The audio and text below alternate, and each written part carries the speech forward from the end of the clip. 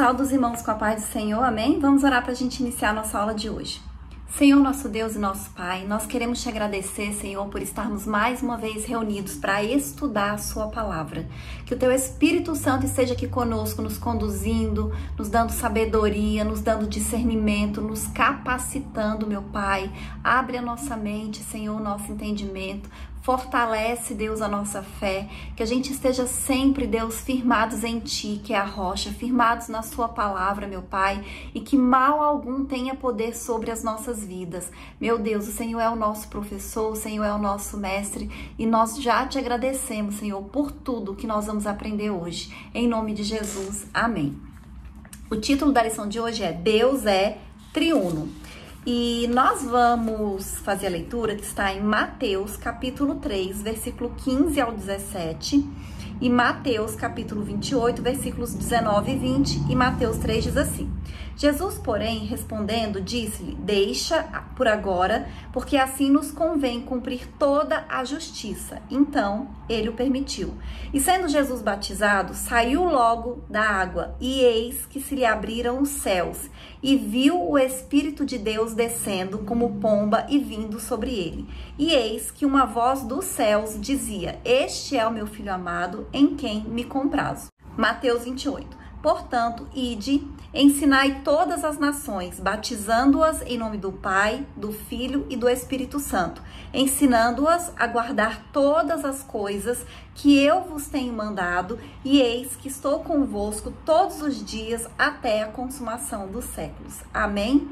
Então, o título da lição de hoje, nós vamos estudar um assunto que para nós que somos cristãos, que acreditamos na Bíblia, é algo que, assim, a gente acredita e a gente aceita, mas que nem sempre a gente consegue explicar, né? Então, nós acreditamos que Deus, Ele é um só, mas são três. São três figuras com as mesmas características, os mesmos atributos, o mesmo poder, né? Deus Pai, Deus Filho e Deus Espírito Santo. Não são três pessoas diferentes, são o mesmo Deus, como se fossem em formas diferentes. Mas os três têm a onipotência, a onisciência e a onipresença. E essa passagem que nós lemos de Mateus, que fala a respeito do batismo de Jesus, eu acho que essa é a melhor passagem para nós entendermos isso. Por quê? Porque a gente tem Jesus, o Filho, sendo batizado nas águas. E desce sobre ele, em forma de pomba, o Espírito Santo de Deus, e ele ouve a voz dizendo: este é o meu Filho amado, em quem me comprazo. Então, os três estavam presentes ali, só que em formas diferentes. Jesus, fisicamente ali, descendo nas águas, o Espírito Santo descendo em forma de pomba e a voz de Deus. Então, a gente vê aqui nitidamente que são três, mas os três são o mesmo Deus, com o mesmo poder, a mesma autoridade, a mesma eternidade. Quando a gente lê a segunda passagem, né, que é o ide do Senhor Jesus para os discípulos, para nós, né, que somos discípulos de Jesus, ele fala: batizando-os em nome do Pai, do Filho e do Espírito Santo. Então, se fosse só uma pessoa, não precisava falar Pai, Filho e Espírito Santo, porque são três: Deus Pai, Deus Filho e Deus Espírito Santo. E na lição de hoje a gente vai estudar a respeito disso.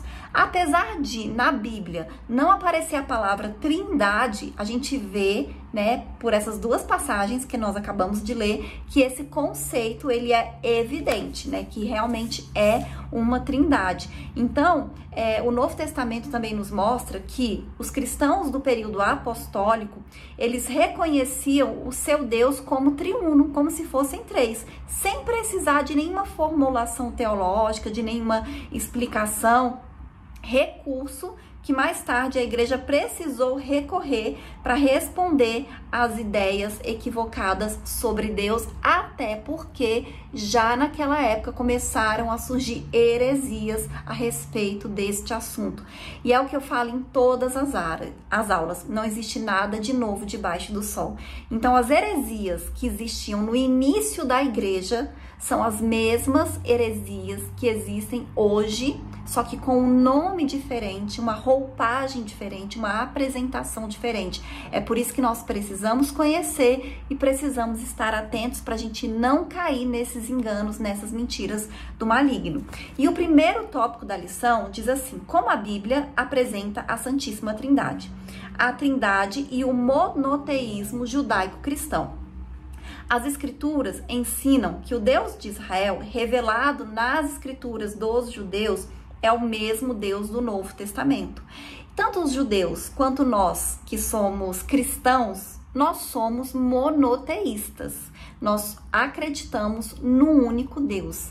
Mas esse único Deus que nós, que somos cristãos, acreditamos, é um Deus que é triuno. É o Deus Pai, o Deus Filho e o Deus Espírito Santo.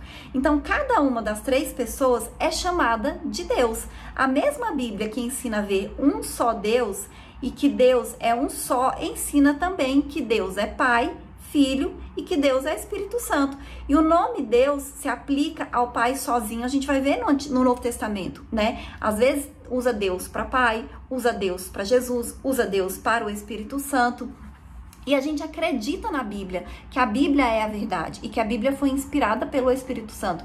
Então, se a Bíblia diz isso, é porque é a verdade. Nós que somos cristãos acreditamos tanto no Antigo Testamento quanto no Novo Testamento. Os judeus não acreditam no Novo Testamento da maneira que nós acreditamos e eles também não acreditam que Jesus é o Filho de Deus, que Jesus é o Messias, até hoje eles esperam a vinda do Messias pela primeira vez. E nós já estamos esperando a vinda do Messias pela segunda vez, já para buscar a sua igreja.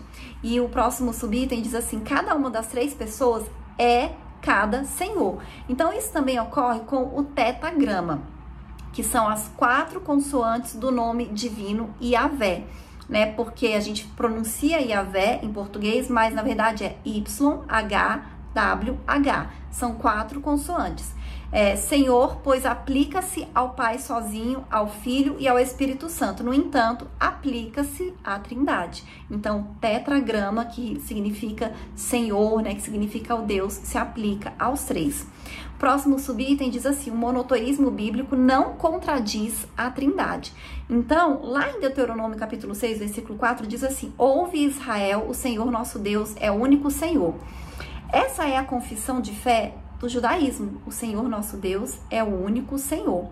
A palavra hebraica echad, traduzida como único, indica uma unidade composta.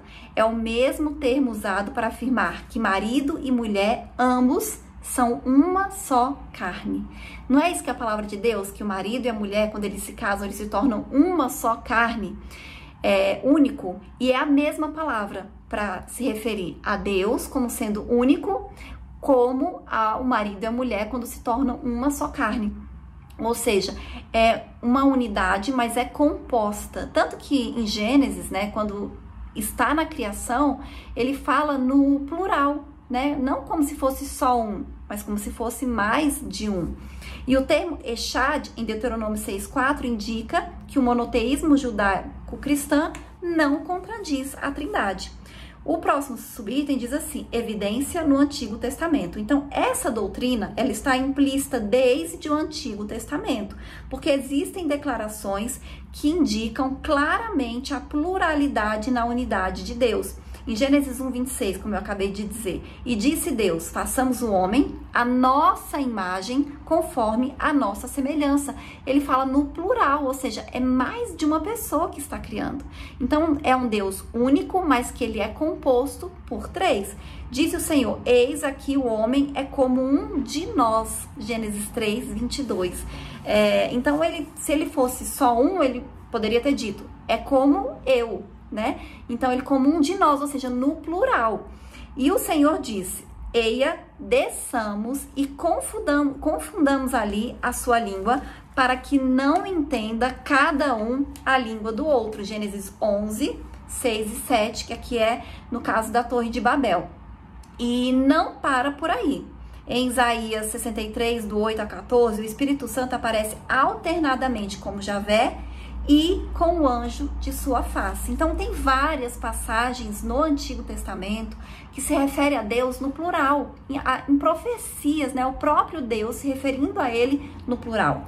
E o próximo subitem diz, revelada no Novo Testamento. Então a trindade bíblica, ou seja, a trindade em si mesma, pregada pelos cristãos, consiste em um só Deus que subsiste eternamente em três pessoas. A trindade em si mesma, a base bíblica da trindade, salta à vista de qualquer leitor do Novo Testamento, a começar pela grande comissão. Quando ele diz, né, e fazei discípulos, batizando-os em nome do Pai, do Filho e do Espírito Santo. Então a gente leu esse texto na abertura.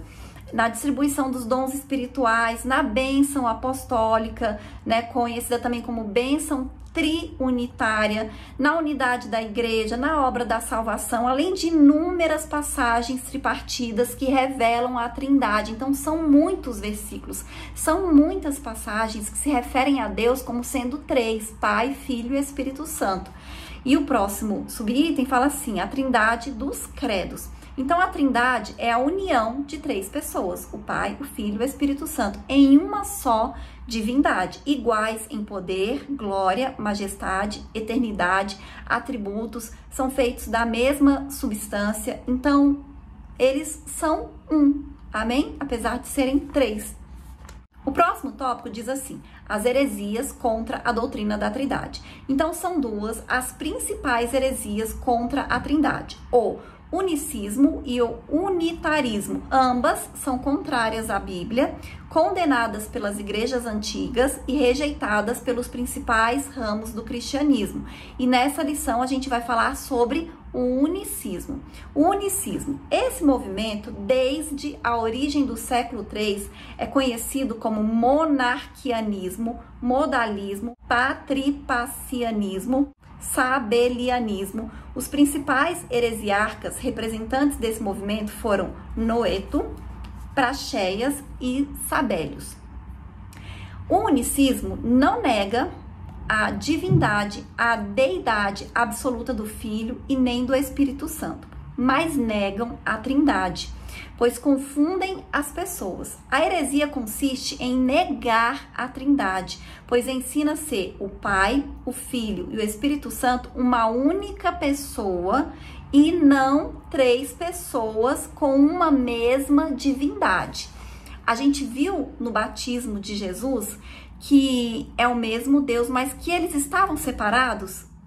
Dá para entender bem no batismo das águas de Jesus, porque Jesus estava descendo ali, sendo batizado nas águas, vem o Espírito Santo em forma de pomba e a voz de Deus é ouvida. Este é o meu filho amado, né, em quem eu tenho prazer. Então essa passagem é a passagem que mais deixa claro que a gente entende melhor essa questão da trindade. E a Bíblia ensina o monoteísmo, ou seja, a existência de um único Deus, eternamente subsistente em três pessoas distintas.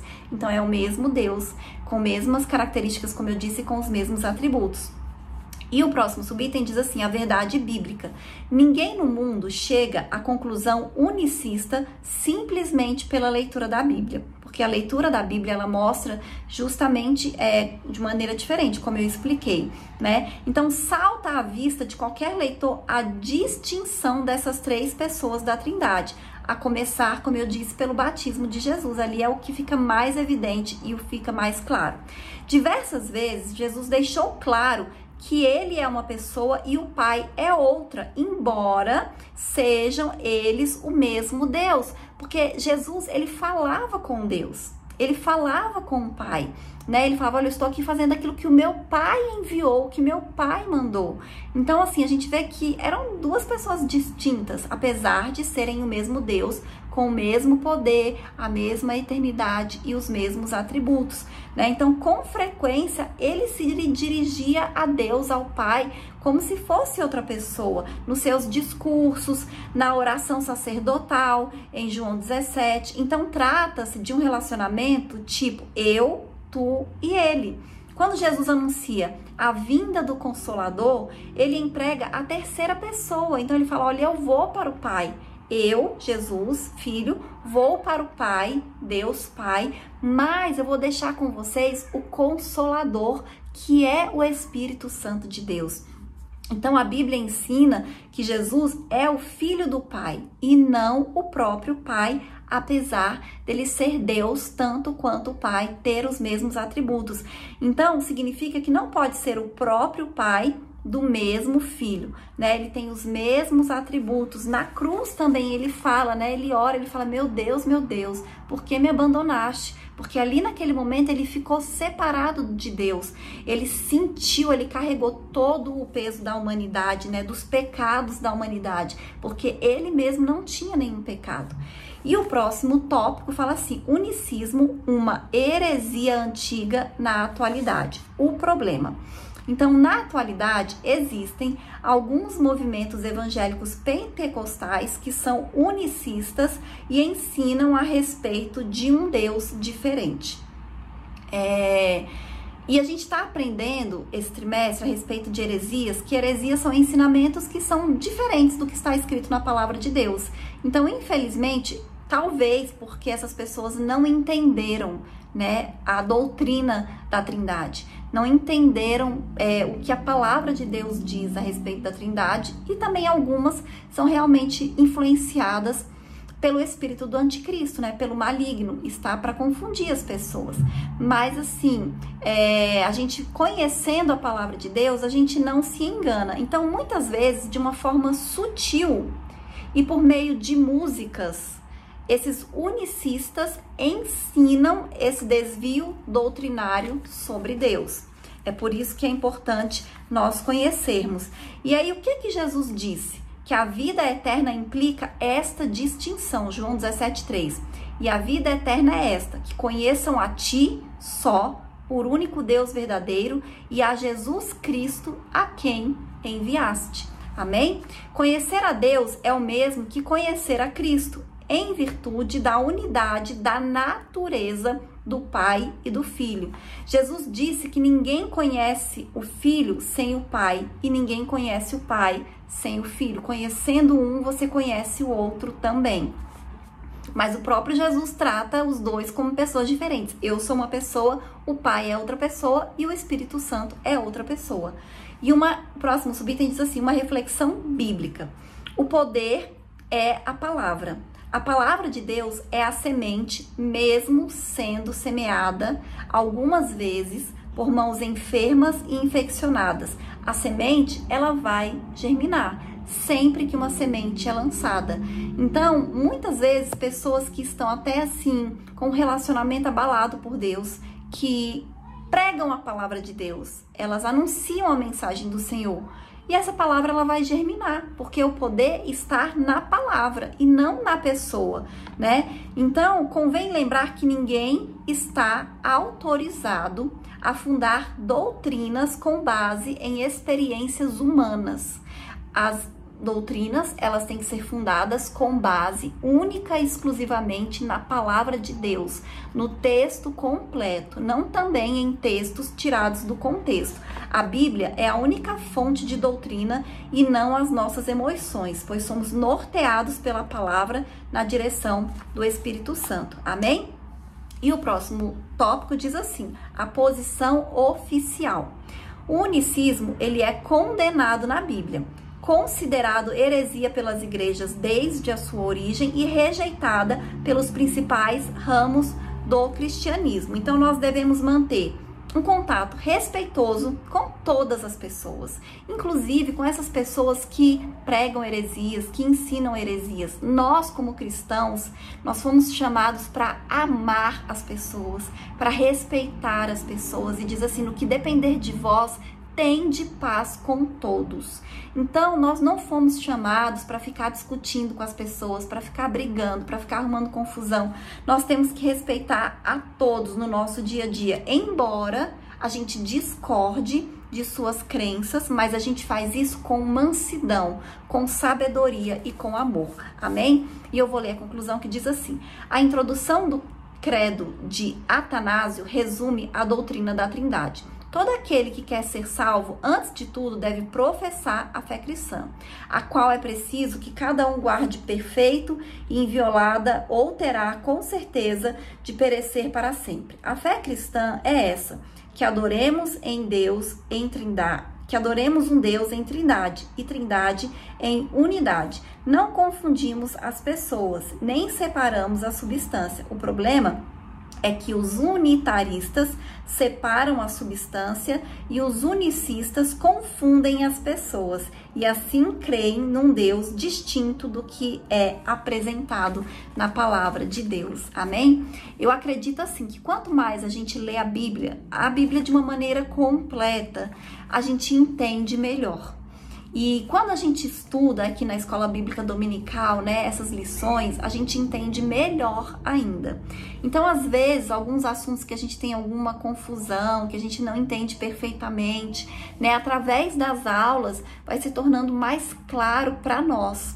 Por isso que é importante nós estudarmos a palavra de Deus, né? A gente assistir às aulas da Escola Bíblica Dominical, porque quanto mais a gente aprende, né, mais comunhão, mais unidade a gente tem com o Senhor, mais entendimento, né? E a gente se torna pessoas, assim, cristãos mais maduros na fé, né, de uma maneira geral. Amém? E essa foi a lição de hoje e até a próxima aula em nome de Jesus.